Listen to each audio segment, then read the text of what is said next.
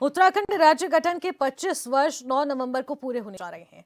इन 25 सालों में कांग्रेस और बीजेपी दोनों की सरकारें रही हैं। 2017 से ही बीजेपी की डबल इंजन वाली सरकार है, जो कि रजत जयंती पर उपलब्धियां गिना रही है।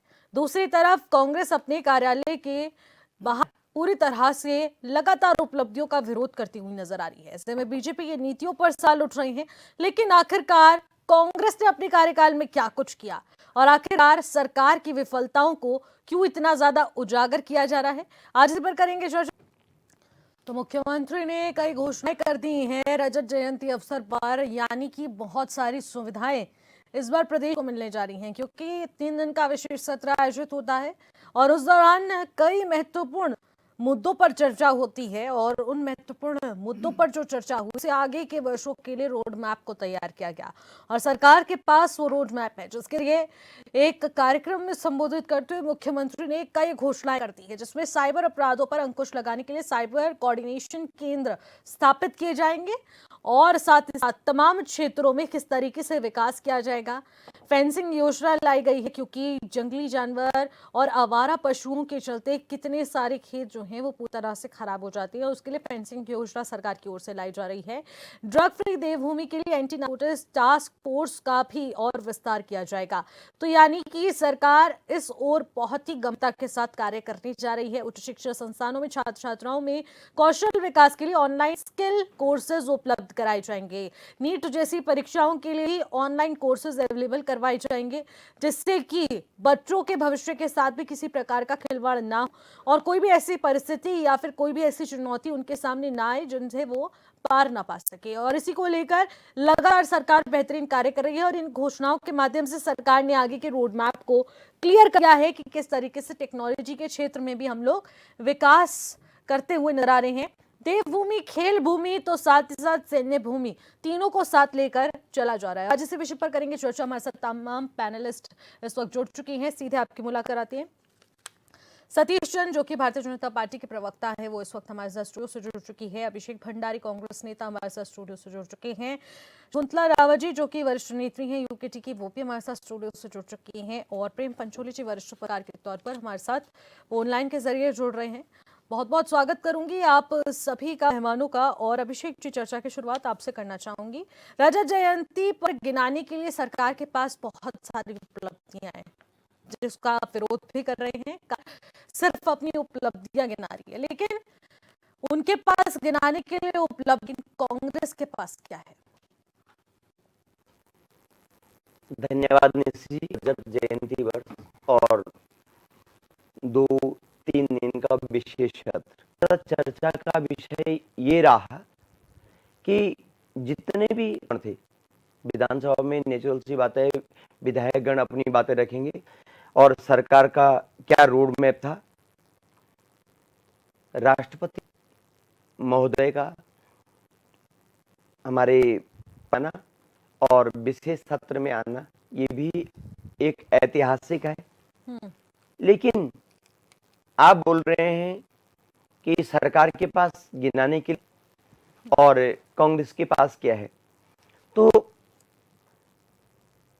इस 2000 से और 2025 के बीच में 10 साल कांग्रेस की सरकार रही और लगभग 15 साल बीजेपी की सरकार रही।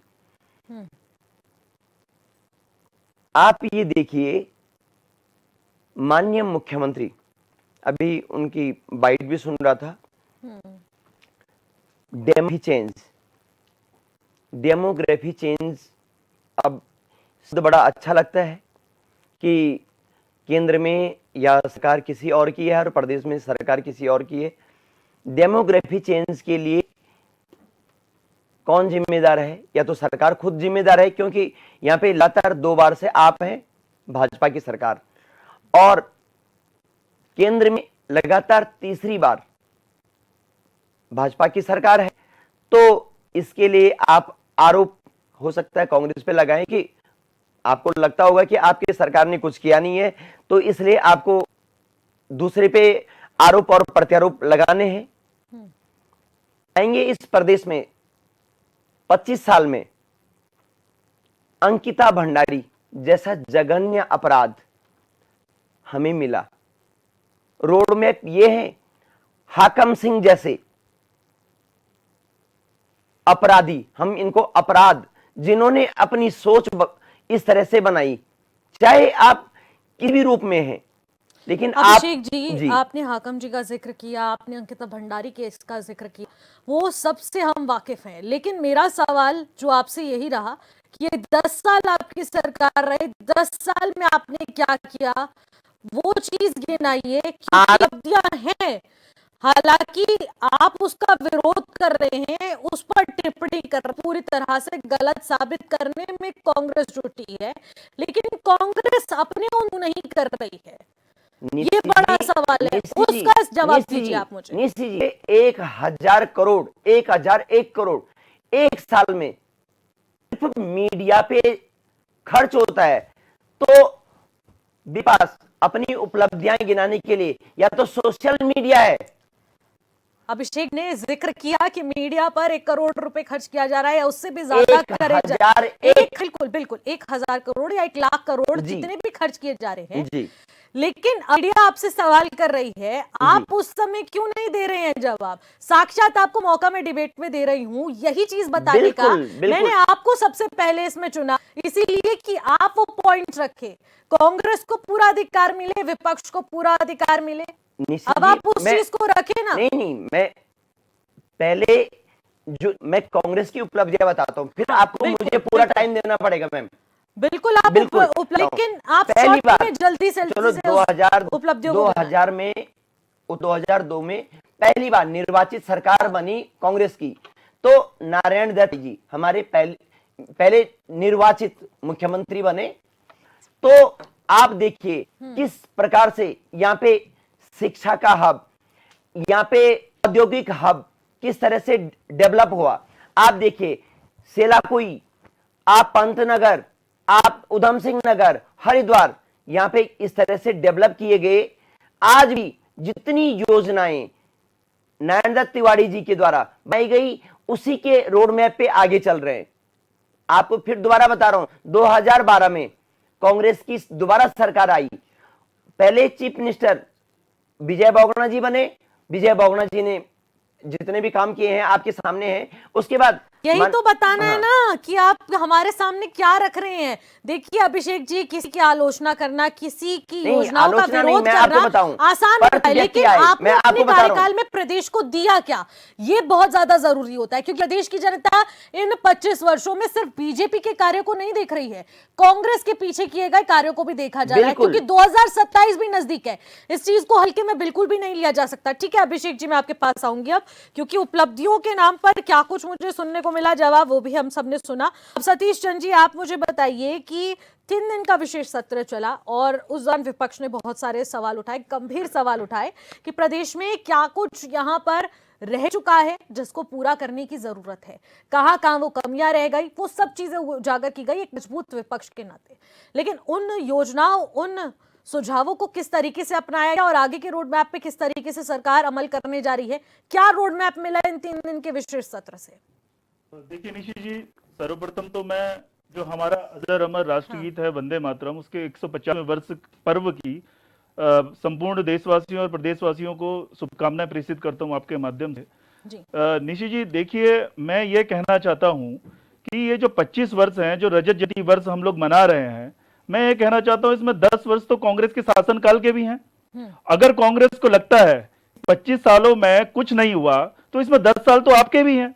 तो आप अपने 10 साल का ही इतिहास बता दीजिए कि आपने उन 10 सालों में इस प्रदेश के लिए क्या करा, कौन सा ऐसा कानून बनाया, कौन सी ऐसी आपने यहाँ पे उद्योग धंधे की स्थापना कर दी कि पूरे के पूरे जो युवा हैं सबको आपने रोजगार प्रदान कर दिया, कौन से आपने ऐसा मेडिकल कॉलेज बना दिए, कौन से आपने विश्वविद्यालय बना दिए। हाँ, इनके पास 10 सालों का इतिहास मैं बताता हूँ क्या है। इनके पास 10 सालों का इतिहास है, जब पटवारी और वन दरोगा घोटाला हुआ, भर्ती घोटाला हुआ था, वो है इनका इतिहास। इनका इतिहास है जब टॉपअप की बात कही थी इनके पूर्व मुख्यमंत्री द्वारा स्टिंग में, वो है इनका इतिहास। इनका इतिहास है जब मुस्लिम हिस्ट्री की बात करी गई थी बनाने के लिए, वो इनका इतिहास है। तो मैं कहना चाहता हूं निशि जी, हमारा इतिहास जो है, हमारी जो सरकार है संपूर्ण 25 वर्ष का बता रही है। इसने कोई यहाँ पे विकास नहीं करा है या राज्य के हित के लिए कोई योजना नहीं लाए। सूक्ष्म रूप से इन्होंने अपना योगदान जरूर दिया करा होगा, और हम इसी को लेके ही 25 वर्ष हमारी सरकार सरकार की उत्तराखंड में क्या क्या चीजें हुई हैं, सरकारों ने क्या क्या कार्य करा है, उपलब्धियां क्या क्या रही हैं। लेकिन इसके साथ ही मैं ये कहना चाहता हूँ निशी जी, जो ये अभी इनके प्रदेश अध्यक्ष जी का था पंतनगर विश्वविद्यालय को लेकर, मैं ये कहना चाहता हूँ, तो आप आज नहीं दिखता कि यहाँ मेडिकल कॉलेज कितने बन गए हैं। आज आपको ये नहीं दिखता कि 2014 से पहले पूर्व में जहां IIT 16 हुआ करती थी आज 23 हो गई है, जहां एम्स 7 हुआ करते थे आज 25 हो गए हैं। तो मैं कहना चाहता हूं को वाइड लेवल पे सोचना चाहिए, सिर्फ राजनीति करनी है करके ये नहीं होना चाहिए। और ये मैं आप विधानसभा सत्र के जो स्पेशल विशेष विधानसभा सत्र आयोजित करा गया था, उसमें उपलब्धि क्या रही हमारे प्रदेश की और हम लोगों का क्या रोड मैप रहेगा, उसके लिए जो वहां पे बहस हुई, विधायक मंत्रीगण जो भी रहे वहां पे, मैं ये कहना चाहता हूं कि इनके एक विधायक हैं जो हैं, वो आज भी इस बात को लेकर बोल रहे हैं कि मैं उधम सिंह नगर, हरिद्वार, यहाँ की जनता के पास जाऊंगा और बोलूंगा कि भाई हमारे साथ पक्षपात हो रहा है, हमारे साथ पहाड़ के लेके और मैदान को लेके पक्षपात हो रहा है। मैं कहना चाहता हूँ ऋषि जी, क्या पक्षपात हो रहा है आपके साथ? आपको नहीं पता कि पहाड़ की विषम परिस्थितियां क्या होती हैं? आपको लगता है कि पहाड़ों में जो सब्सिडी दी जा रही है वही हरिद्वार के व्यक्ति को भी देनी चाहिए? ऋषि जी, ये तो जो अंतर था वो तो जब हम उत्तर प्रदेश में थे 2000 से पूर्व, ये तो तब भी था। तभी वहां की जो सरकार थी, उत्तर प्रदेश सरकार थी, वो हमारे उत्तराखंड को एक पहाड़ी विकास उसके लिए उन्होंने नीति बनाई हुई थी। तो मैं कहना चाहता हूं कि कांग्रेस को इस रवैये से बाज आना चाहिए कि आप पहाड़ मैदान कर रहे हैं, आप यहाँ की जनता को बरगला रहे हैं। निश्चित जी, मैं हिमालय राज्य हिमाचल प्रदेश की बात करता हूं, जहां इनकी कांग्रेस की सरकार है, वहां भी डिस्ट्रिक्ट वाइज सब्सिडी दी जाती है। वहां भी जो डिस्ट्रिक्ट की भौगोलिक परिस्थिति, सामाजिक परिस्थिति जिस तरह की है, उसको सब्सिडी उसी तरह से दी जाती है। लेकिन आप उत्तराखंड में जनता को बरगला रहे हैं। आप बोल रहे हैं कि यहाँ की सरकार पहाड़ों के साथ और मैदान वालों के साथ पक्षपात कर रही है। निशी जी, पहाड़ की विषम परिस्थिति पूरा देश जानता है, सबको पता है कि वहां की कितनी कठिन परिस्थितियां होती है। और हमारी सरकार ने भी सिर्फ पहाड़ मैदान की बात नहीं है, पहाड़ी जिलों में भी जो सीमांत जिले हैं और जो जिले जो थोड़ा ठीक ठाक भौगोलिक परिस्थिति में है, वहां भी सब्सिडियों का अंतर है। केवल मैदान पहाड़ की बात नहीं है यहाँ पे। तो मैं कहना चाहता हूँ कांग्रेस को एक वाइड लेवल पे, वाइड एस्पेक्ट पे चलना चाहिए और कांग्रेस को यह सोचना चाहिए कि हम जनता को ना बरगलाएं, हम तथ्यों पे बात करें। हम बरगलाने वाली राजनीति अगर करते रहेंगे तो उत्तराखंड का बंटाधार हो जाएगा। उत्तराखंड एक विकास के पथ पे आगे बढ़ रहा है, आप उसमें सहयोग नहीं कर सकते, तो आप इस तरह की बातें भी ना करें। ठीक है सतीश जी, आपके पास आती हूँ क्योंकि बहुत महत्वपूर्ण बात आपने कही है और उस विषय पर वापस आने की जरूरत भी है और विस्तार पूर्वक चर्चा होगी। लेकिन शकुंतला जी, मैं आपसे एक सवाल लेना चाहूंगी। उससे पहले मैं बता दूं अपनी जनता को किस तरीके से बीजेपी कांग्रेस में आरोप प्रत्यारोप की राजनीति जारी है, लेकिन इन 25 वर्षों में आखिरकार किस तरीके से विकास हुआ है, उसका रोड मैप क्या कुछ रहा और आगे का रोड मैप क्या कुछ रहने वाला है, वो महत्वपूर्ण हो जाता है। क्योंकि प्रदेश हित में आखिरकार क्या कुछ अहम फैसले लिए गए हैं और सरकारों के द्वारा क्या कुछ महत्वपूर्ण योगदान हमारे प्रदेश की जनता के लिए रहे हैं, वो ज्यादा जरूरी होता है। मूल विकास कितना हुआ वो भी उतना ही महत्वपूर्ण होता है जितना हम अन्य मुद्दों पर फोकस इस वक्त कर रहे हैं। लेकिन आखिरकार इन योजनाओं से जनता लाभान्वित कितनी हो रही है, जागरूक कितनी है, वो भी बहुत ज्यादा जरूरी विषय हो जाता है। शकुंतला जी, आपके पास आना चाहूंगी, जानना चाहूंगी कि इन 25 वर्षों में हमने बहुत सारी परिस्थितियां, चुनौतियां, सब कुछ झेला है और आज हम वो रजत जयंती वर्ष में कदम रखने जा रहे हैं। लेकिन इसी बीच अगर कांग्रेस और बीजेपी के कार्यकाल को देखा जाए और उसके बाद आगे आने वाली विश्व परिस्थितियों से लड़ने का वो साहस देखा जाए, क्योंकि अभी 3 दिन का विशेष सत्र आयोजित हुआ, उसमें बहुत सारे विषयों पर चर्चा हुई। कई विषय ऐसे हैं जिससे हम पार पा चुके हैं, लेकिन कई ऐसे विषय अभी भी हैं जो अधर पे लटके हुए हैं। क्या लगता है उत्तराखंड के विकास में और उत्तराखंड की राजनीति में और उत्तराखंड को ही देख लिया जाए इन 25 वर्षों में क्या सबसे अहम बात है और क्या ऐसी अहम चुनौती है जिससे हम पार नहीं पा रहे? देखो निशी जी, मैं आपको पहले भी आपके इस स्टूडियो के माध्यम से कह चुकी हूँ, हम इस समय निशब्द हैं। यहाँ हम पे कोई शब्द नहीं है। मैं उत्तराखंड क्रांति दल की कार्यकर्ता होने के से और मैं एक राज्य आंदोलनकारी भी हूँ। हमने इस उत्तराखंड के लिए 42 आदतें दी हैं, जिसमें हमारी 2 मात्र शक्तियां गई हैं और हमारे 15-20 अभी भी लापता हैं, उनका भी कोई पता नहीं है, वो भी शहीदों में हैं। हमने उत्तराखंड लिया था, किस पर्पस से लिया था, क्यों लिया था? सन 96 में केंद्र से वहां पे जो राष्ट्रपति महोदय थे उस समय, उन्होंने 3 मुद्दों पे उत्तराखंड के लिए एक लेटर दिया था। हाई कोर्ट कहां बनेगा, राजधानी कहां बनेगी, और उत्तराखंड उत्तरांचल होगा या उत्तराखंड होगा, क्यों ये तय हो गया था कि उत्तराखंड ने अलग होना था। हमारे यहाँ के गणमान्य व्यक्तियों ने उस पे 25 संशोधन लगा के और नथी करके और राष्ट्रपति महोदय को केंद्र में भेज दिया।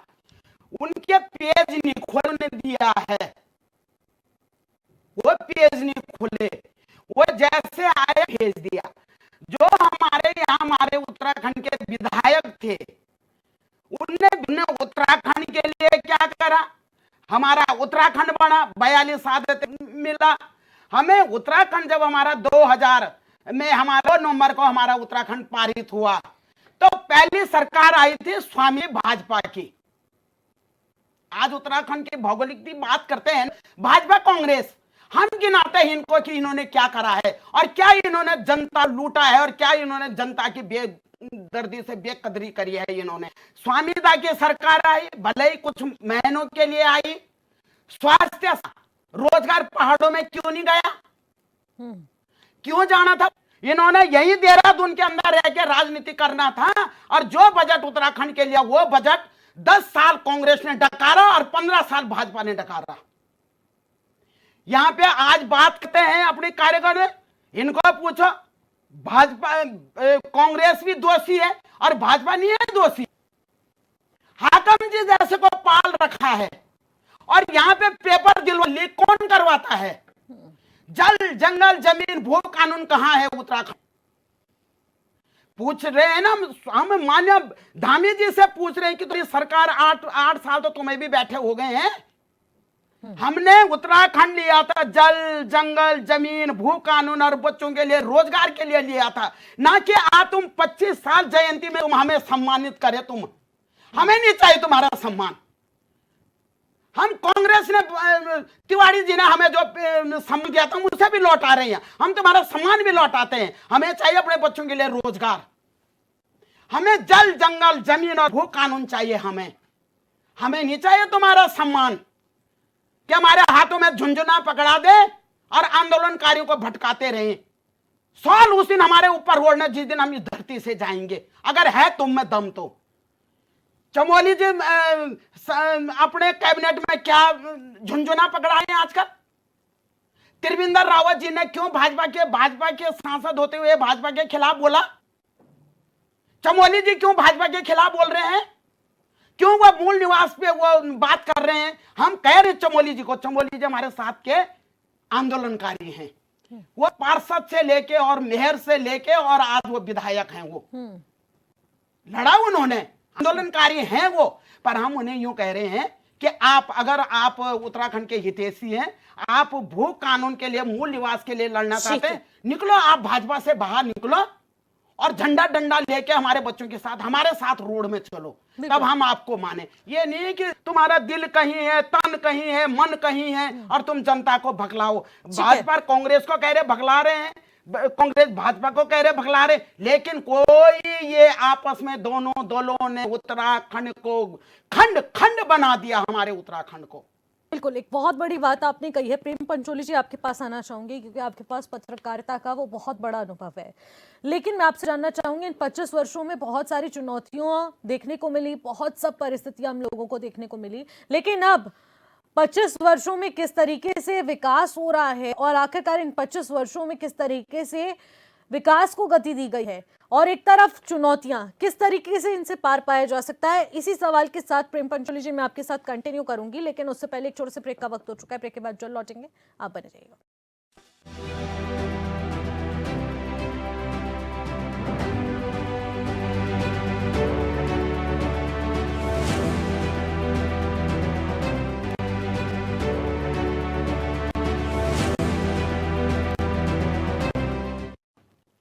ब्रेक के बाद एक बार फिर से आपका स्वागत करते हैं और क्वेश्चन आवर में चर्चा को जारी रहेंगे, क्योंकि फिर आमने सामने बीजेपी कांग्रेस है। लेकिन इससे पहले सबसे बड़ी चुनौती ये देखने को मिलती है कि आखिरकार इतने विषयों पर सरकार के द्वारा यहाँ कार्य किए गए हैं। प्रेम पंचोली जी, मैं आपके पास आना चाहूंगी। जैसा ने कहा कि पत्रकारिता का आपके पास बहुत बड़ा अनुभव है, उसके जरिए मैं समझना चाहूंगी कि बीजेपी कांग्रेस दोनों की सरकारें रही हैं और अब हम रजत जयंती वर्ष में कदम रखने जा रहे हैं और इस अवसर पर हमारे आंदोलनकारियों को सम्मानित किया जाएगा। मुख्यमंत्री पुष्कर सिंह धामी सम्मानित करेंगे, प्रधानमंत्री सम्मानित करेंगे, संबोधित करेंगे। लेकिन अभी जिस तरीके से शकुंतला जी ने भी इस बात का जिक्र किया, तो मैं आपसे जानना चाहूंगी, क्या यही सम्मान है जिसको आंदोलनकारी इतने संघर्षों से जीत पाए हैं? निशी जी, मैं ये कहना चाह रहा हूँ कि 25 साल में हम लोग निराश भी नहीं हो सकते ना कि 25 साल में कुछ नहीं हुआ।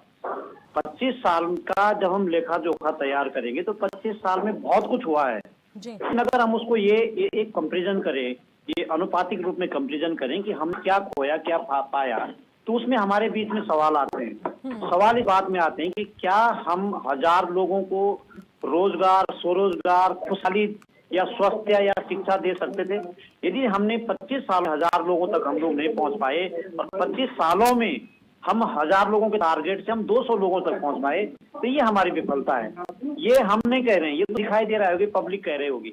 लेकिन मैं ये कहना चाहता हूं कि अगर पिछले 3 दिन तक विधानसभा बैठी है तो क्या विजन डॉक्यूमेंट जो हम अगले 25 साल, जब हम भारत 1947 की बात, ये 2047 की बात कर रहे हैं जी, कि जो भारत 2047 में एक मॉडल कंट्री होगी और हमारा स्टेट उसके अंदर होगा, हम भी कहेंगे 2047 में उत्तराखंड एक अलग प्रकार का उत्तराखंड होगा, सब खुशहाल होंगे। तो क्या 25वें साल में जो सदन चला, जिस सदन को महामहिम राष्ट्रपति ने संबोधित किया, उस सदन में कोई विजन डॉक्यूमेंट आया सामने पे? इस तरह की विफलताएं हैं। क्या हम उत्तराखंड के लोग जो वनों के बीच में रहते हैं, या जो जितने भी उत्तराखंड के गांव हैं, सब जंगलों के बीच में, वो तराई से लेकर और ऊपर पहाड़ तक सारे गांव जंगलों के बीच में, क्या हमारी एक व्यवस्थित कोई फॉरेस्ट पॉलिसी आई है? यदि आई है तो हम 2006 के जो वन कानून है उसमें हम बातचीत क्यों नहीं करते हैं? हमारे प्रदेश में जहां से अधिकांश नदियां ग्लेशियरों से निकलती है, हिम नदियां हैं, और उतनी ही नदियां जो है जंगलों से निकलती है, जो सदाबहार नदियां हैं, कुछ बरसाती नदियां हैं। क्या हमने वाटर पॉलिसी, ऐसी वाटर पॉलिसी बनाई? नहीं बनाई। क्या बहुत सारे सवाल हैं जिस सवाल पे हम आगे बढ़ना चाहते हैं। हम लोग भाषा की बात करते हैं, हम अपनी बात, जिस राज्य में हम रहते हैं या कोई भी राज्य होगा हमारे देश का, उसकी अपनी एक भाषा होती है। क्या हम अपनी लोक भाषा पे कोई कॉन्क्रीट निर्णय ले पाया? यदि हमारे सिलेबस में, हमारे इंटरव्यू में, जितने भी इंटरव्यू में बैठे हैं उनसे गढ़वाली और कुमाऊनी का अनिवार्य कर दिया जाए या जौनसारी अनिवार्य कर दिया जाए, 3 भाषाएं, तो क्या मजाल कि भ्रष्टाचार भूत उसके अंदर घुस जाएगा? कोई भी भ्रष्टाचारी, दुष्टाचारी आ नहीं सकता है।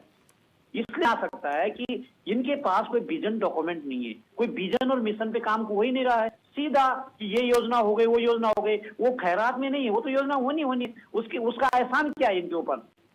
आपका जो विजन है, आप अपने प्रदेश लोगों को किस तरह से खुश रख सकते हैं? हाँ, एक बात है कि दो मुख्यमंत्री हमारे ऐसे आए जो बहुत जनप्रिय हुए, नरेंद्र तिवारी और थोड़ा बहुत निशंक जी, और उसके बाद जो है अमी जी जैसे जनप्रिय व्यक्ति, मुझे नहीं लगता कि दोबारा या कोई आएगा, अभी दिख नहीं रहा पीछे से, इनके पीछे। तो जहां भी जाते हैं बहुत प्रेम से सबसे मिलते हैं, गुस्सा उनको कभी नहीं आता है, जवान है, स्मार्ट है, आकड़ है ना। तो हम, मेरे कहने का मतलब ये है कि भाजपा कांग्रेस जो काम कर रही है, यूकेडी क्या कर रही है? यूकेडी के लोग तो सिर्फ गाल बजाते हैं। जिस तरह भाजपा कांग्रेस वोट मांगने जाती है, वैसे उसी तरह यूकेडी वोट मांगने जाती है। उनका तो एक बिल्कुल कॉन्क्रीट विजन होना चाहिए यूकेडी का, कि अगर सदन के अंदर सबने गाल बजाया, जनता को बताया ना कि सदन के अंदर गाल नहीं बजाते, सदन के अंदर संकल्प प्रस्ताव देने पड़ते हैं, सदन के अंदर एक विजन डॉक्यूमेंट तैयार होता है, सदन के अंदर कार्रवाई होती है। ये सदन ऐसे नहीं बना रखा। आप सदन का बजट लेंगे 3 दिन का ना, आपके होश उड़ जाएंगे। और जो यूकेडी के लोग जो आपके साथ बैठे हुए, जो आने वाले दिन बैठेंगे, जिनको आप पूछेंगे, उनको यही पता नहीं कि 3 दिन का बजट कितना का है। पूरे जनता की पसीने की कमाई उस सदन के अंदर उड़ाई इन लोगों ने। तो सराहनीय था इन लोगों को कि 3 दिन के अंदर इन्होंने सिर्फ भाषण वीर बने। किसी ने भी विधायक ने संकल्प प्रस्ताव नहीं लाया। और मैं ये कहता हूं कि 69 लोगों के पास उस हरिद्वार के विधायक के सवाल का जवाब नहीं है, जिसने ये बोला कि मैं जब से विधायक हूं, मैं अपने गांव में हूं, पहाड़ के विधायक हूं, एक भी नहीं गांव में। 69 लोगों के पास ये जवाब नहीं है, न रिटर्न में है न कुछ है। तो मैं अपनी बात पे वापस आता हूं कि जब मैं लोक भाषा के संरक्षण की बात करता हूं तो मूल निवास और भू कानून अपने आप ही अपडेट हो जाएंगे। कैसे कि जो गढ़वाली जौनसारी कुमाऊनी बोलेगा ना, उसी को यहाँ रोजगार मिलेगा, स्वरोजगार मिलेगा। जब आपका अपनी भाषा पे ही कोई समझ बन रही है, तो आपको हरियाणा हिंदी या पंजाबी या जो भी बाहर वाला आदमी आ रहा, सबको यहाँ जगह मिल रही है। वो हमारे आर्टिकल 15 और आर्टिकल 19 में कॉन्स्टिट्यूशन में है।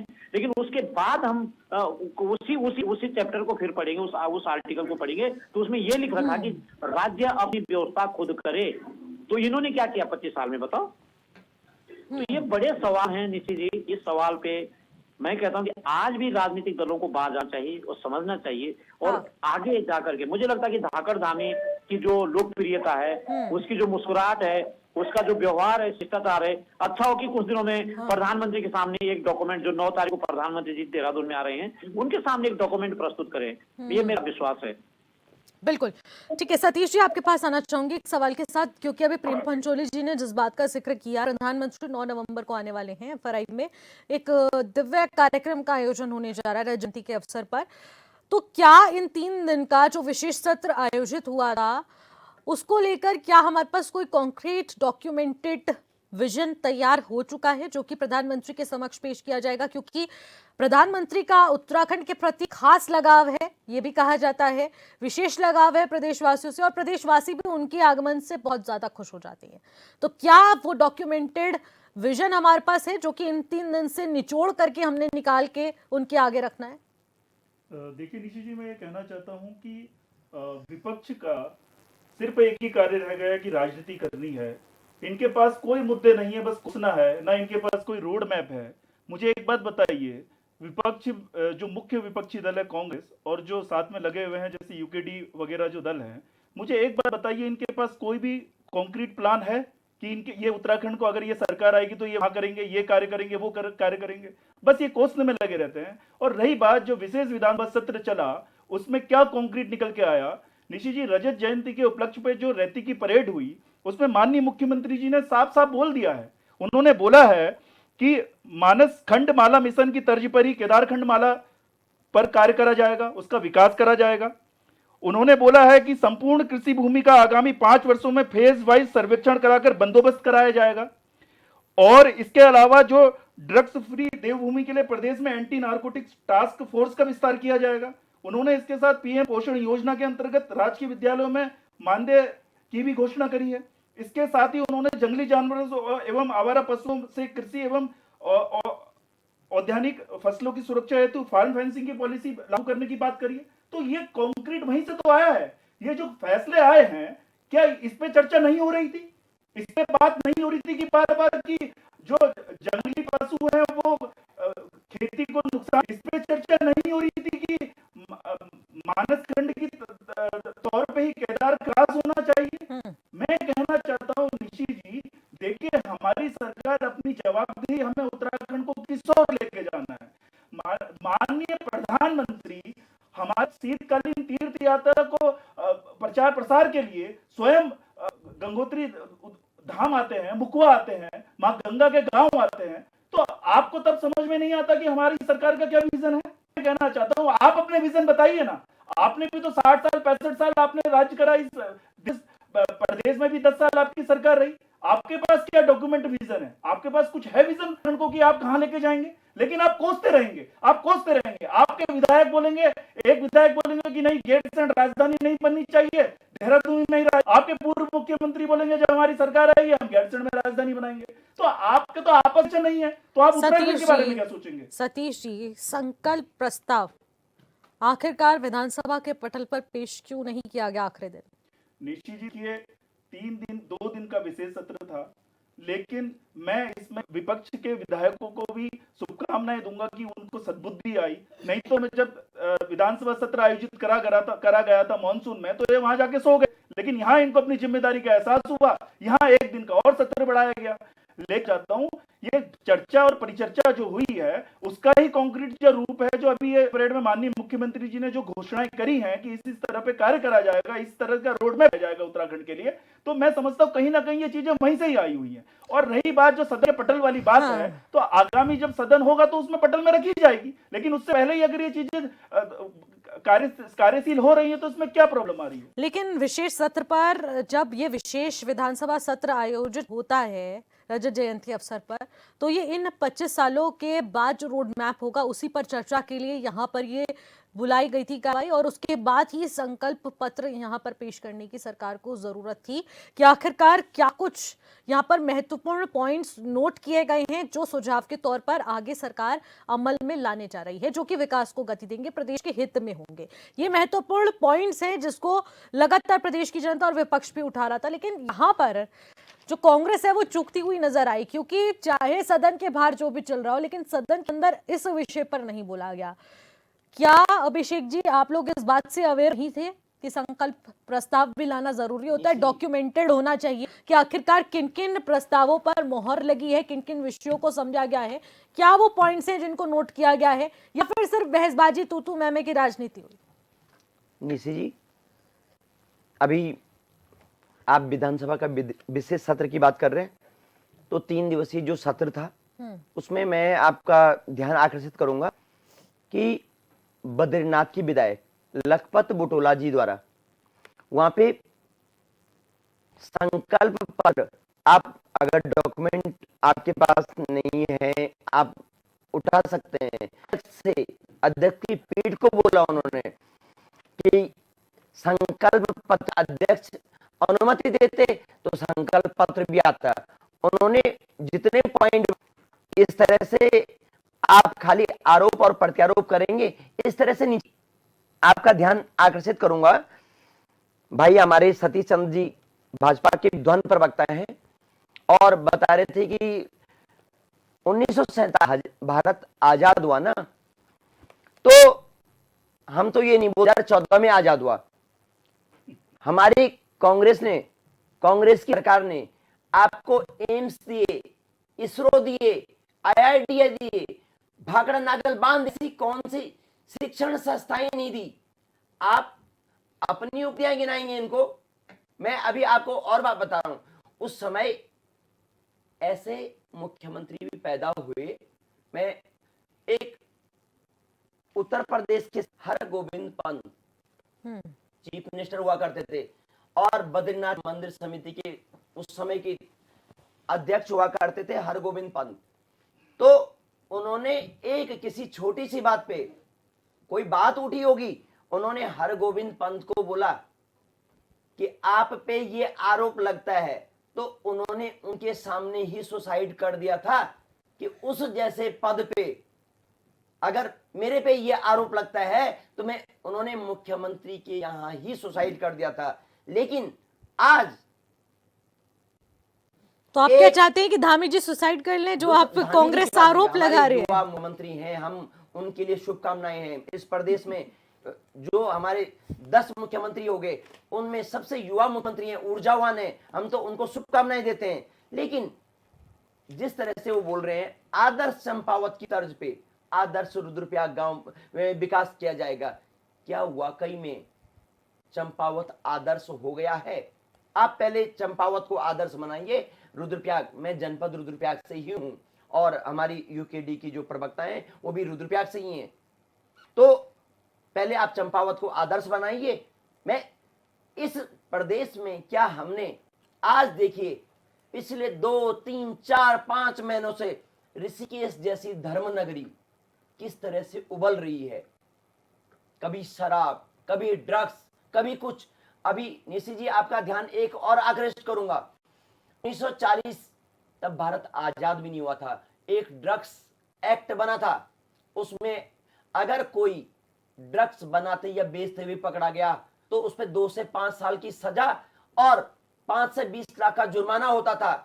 2023 में हमारी केंद्र की सरकार ने उसमें एक संशोधन किया, आपकी सजा तो माफ कर दी, आपको 5 लाख तक का जुर्माना है। 5 लाख का तक जुर्माना क्या होता है?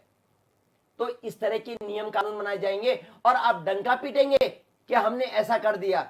2013 में आप बोलते हैं कि हम आजाद अब हुए। आपके कई सांसदों के ऑन रिकॉर्ड है कि जो हम 2013 में आजाद हुए।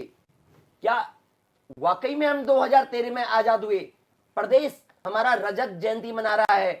अंकिता भंडारी, हाकम सिंह, पेपर लेक, पलायन आयोग और 2014-15 में हमारे प्रदेश ने दल बदल कानून जैसा दंश भी झेला है। और भाई हमारे सतीश चंद्र जी जो बोले थे तत्कालीन मुख्यमंत्री, आप हरीश रावत जी का नाम लेके बोले थे कि टॉप अप की बात, आपके केंद्र सरकार ने उस समय यहां पे राष्ट्रपति शासन लगाया और प्रदेश की यहां पे हाई कोर्ट से बरी हुए, बाइज्जत बरी हुए।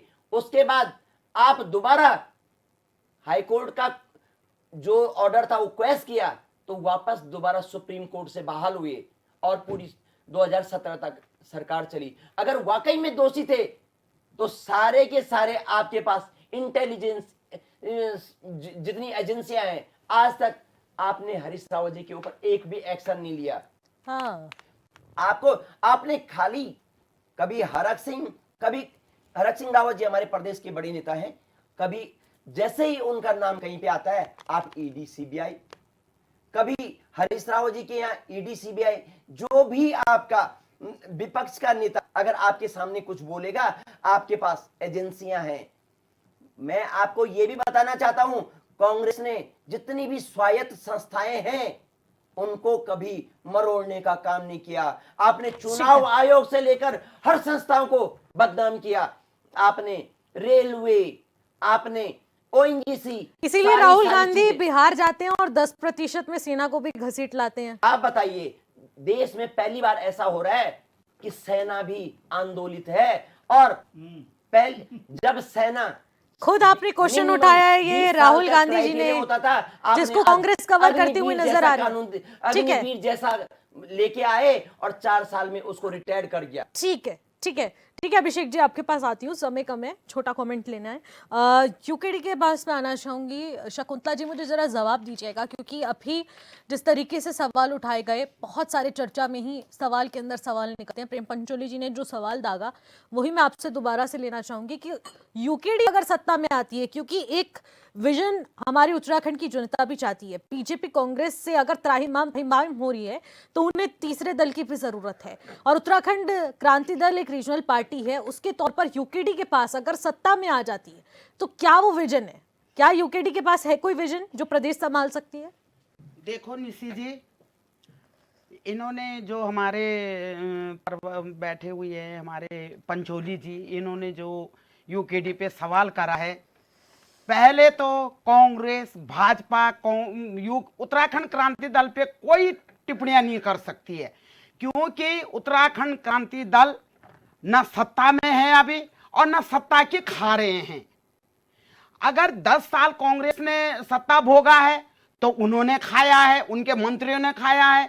15 साल भाजपा ने सत्ता भोगा है तो भाजपा, उनके कैबिनेट मंत्रियों ने खाया है, उनके विधायकों ने खाया है। उत्तराखंड क्रांति दल ने सरकार का एक पाई नहीं खाया है।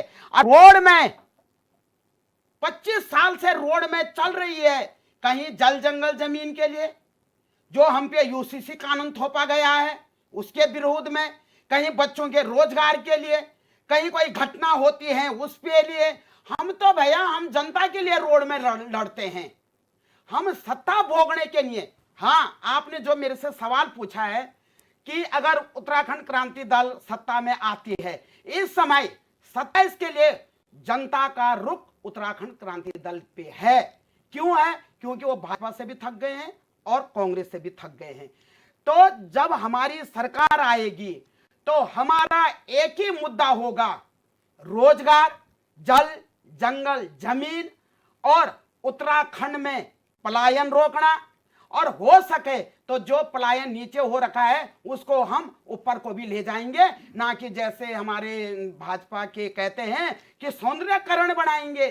जब अभी आपदा आई थी धराली थराली में, और जो 13 की आपदा आई थी केदारनाथ की, क्या उनका पूर्णमास हो गया? क्या धराली थराली वालों का पुनर्वास हो गया? क्या उनको मुआवजा मिल गया? देखो ना, तुम आईटीआई निकाल के देखो, वे ठीक है। घोषणा कर देते हैं। हाँ। सुनो सुनो निशी जी, और उत्तराखंड को कुछ नहीं चाहिए था, स्वास्थ्य, शिक्षा, रोजगार। आज तुम देख रहे हैं कि कहीं हमारी बेटियां स्वास्थ्य की भेंट चढ़ गई हैं। क्यों चढ़ गई हैं? क्योंकि यहाँ पे स्वास्थ्य व्यवस्था सही नहीं है, कानून व्यवस्था सही नहीं है। और भाजपा, अगर हमारे धामी जी, हमारे युवा नेता हैं, हमारे साथ के आंदोलनकारी हैं, वो कर रहे हैं तो उनका दायित्व बनता है, क्योंकि वो उत्तराखंड के मुखिया हैं। वो किसी पे एहसान नहीं कर रहे हैं, ना भाजपा जनता पे एहसान कर रही है और ना कांग्रेस एहसान कर रही है।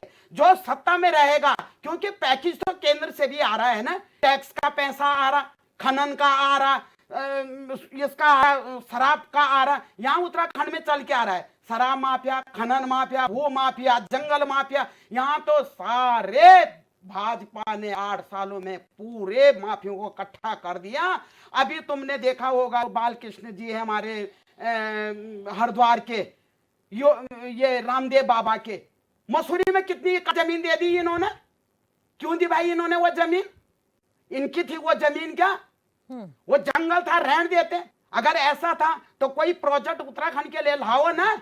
आज तक क्या प्रोजेक्ट लाए उत्तराखंड हाँ, के लिए? ठीक है। प्रोजेक्ट लाओ जो हमारे बच्चे, हमारे उत्तराखंड के नौनिहाल, हमारे उत्तराखंड में रोजगार करेंगे और अपना घर बसाएंगे। हमें नहीं चाहिए तुम्हारा सौंदर्यकरण, हमारे टूटे फूटे घरों को बच्चा लेकिन नौकरी करेगा। शकुंतला जी, एक बड़ा सवाल यहाँ पर ये उठता है कि यूकेडी जब आंदोलनकारी के रूप में सामने आती है, क्योंकि जब भी प्रदेश में कोई ऐसी परिस्थिति उत्पन्न होती है जहां पर आवाज उठाने की जरूरत होती है, वहां यूकेडी का इस्तेमाल किया जाता है।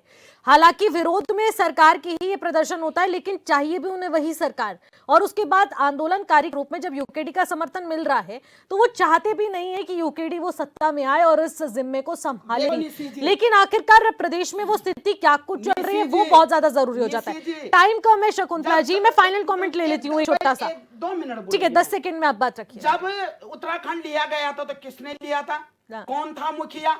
उत्तराखंड क्रांति दल था, जिन्होंने उत्तराखंड की लड़ाई लड़ी। और आज भी हम जनता के लिए लड़ाई लड़ रहे हैं और हम सरकार से निवेदन करते हैं, हाथ जोड़ के अभी भी धामी जी से हम निवेदन कर रहे हैं कि उत्तराखंड को सौंदर्यकरण बनाओ, ना कि यहाँ गुंडों का अड्डा बनाओ। यहाँ शराब माफिया, यहाँ ड्रग्स माफिया, यहाँ नशेड़ी भंगेड़ी, यहाँ कहां से आ रहे हैं भाई ये? ठीक है, ठीक है, ठीक है तो हम शकुंतला जी, कह रहे हैं ठीक है उत्तराखंड शकुंतला। क्रांति दल की एक मांग है